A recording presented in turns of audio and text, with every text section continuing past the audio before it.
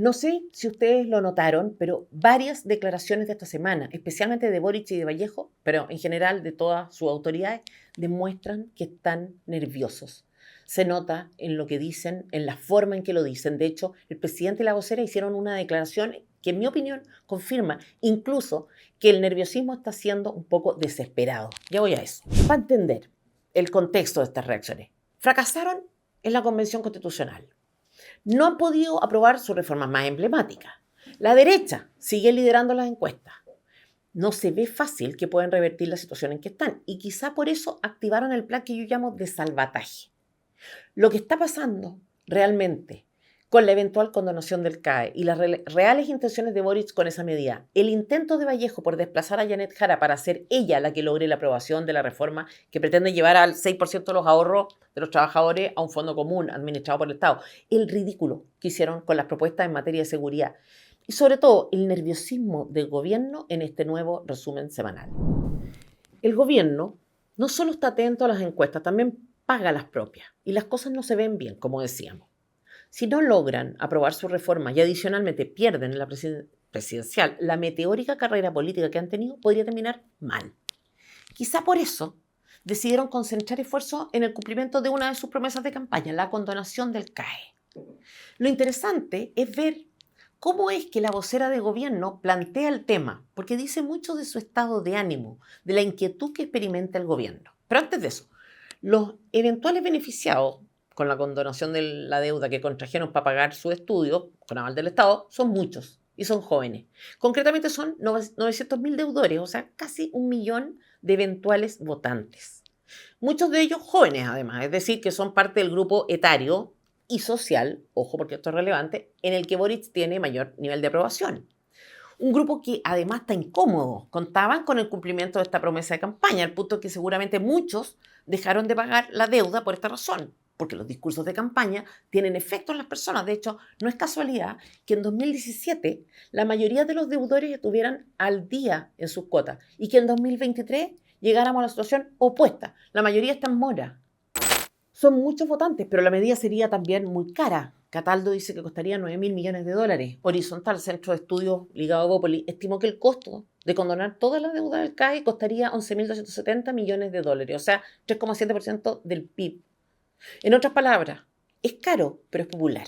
Y tiene que ver con una estrategia política que ha sido muy rentable para la izquierda radical. Por eso no es casualidad que Vallejo se remitiera al pasado.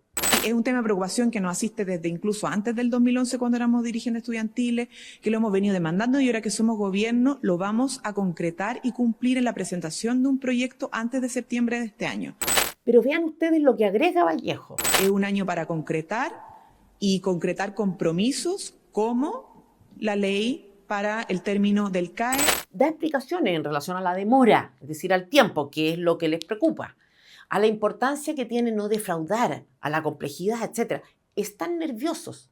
Lo del perro matapacos los hirió. Hay que hacer algo al respecto. Y esto es. Cataldo dijo algo parecido, cito, es una propuesta que no se ha abandonado, que está entre los compromisos del gobierno, está en el programa, en las cuentas presidenciales que el presidente reiterará. O sea, les preocupa estar al debe. Pero también se refirió al tiempo. Dijo que tenemos una temporalidad que es máximo el mes de septiembre de este año. El problema que enfrenta el gobierno es que ahora hablar no es gratis. Hablar les pasa la cuenta. Porque tienen la responsabilidad de unir sus palabras a sus acciones. Porque además, en sentido literal, se necesitan recursos que no existen. Porque no es que sobre plata, es que la deuda pública ha crecido a niveles impresionantes. Entonces, uno se pregunta, ¿cómo pretenden hacerlo? Pensiones dignas, pero sin ahorro. Condonación de deuda, pero además garantía de gratuidad. Aumentos de sueldo, pero con reducción de horas de trabajo. Todos quisiéramos vivir en su mundo mágico, flacos, pero comiendo hamburguesas y donuts. Y cuando un periodista los pone en aprieto, la imaginación que tienen vuela alto. Por ejemplo, cuando se le pregunta a Emilia Schneider si la condonación del CAE no sería injusta para quienes pagaron sus créditos, dice esto. Y aquellos que están al día. Por ahí, ¿cómo, perdón? Y aquellos que están al día, con el esfuerzo que significa aquellos eso. Que están al día también tienen que verse beneficiados. Y yo creo que también tenemos que tomar en cuenta para el plan de condonación que una persona está al día y reconocer ese esfuerzo y que se note en la ¿Cómo política se podría pública hacer, que reconocer estamos ese reconociendo. esfuerzo? Exactamente de esa forma que tú planteas. Por ejemplo, reconociendo una parte más, dándole, digamos, una bonificación a quienes están al día en este plan de condonación. Me encantó esta política pública. Perdonazo de deuda para los morosos, bonos para los que pagaron. Y por supuesto, reconocimiento de una deuda histórica retroactiva, valga la redundancia, que puede salir mal, que va a salir mal de esto. No extraña entonces que Boric dijera en 2021, mientras era candidato presidencial, esto. ¿Es viable condonación el término finalmente del CAE? Nosotros creemos que es viable. ¿Y por qué es viable? Por la misma razón que son viables para ellos todas sus ideas, porque lo quieren, porque son de un voluntarismo infantil, pero cuyas pataletas funcionan en la medida en que estén en el Congreso. En cargo ejecutivo, el sentido de realidad les pega en la cara. Lo genial es su solución, su alternativa de solución. Es siempre la misma. Vean este video. Terminar con el crédito con aval del Estado y establecer un nuevo sistema de financiamiento.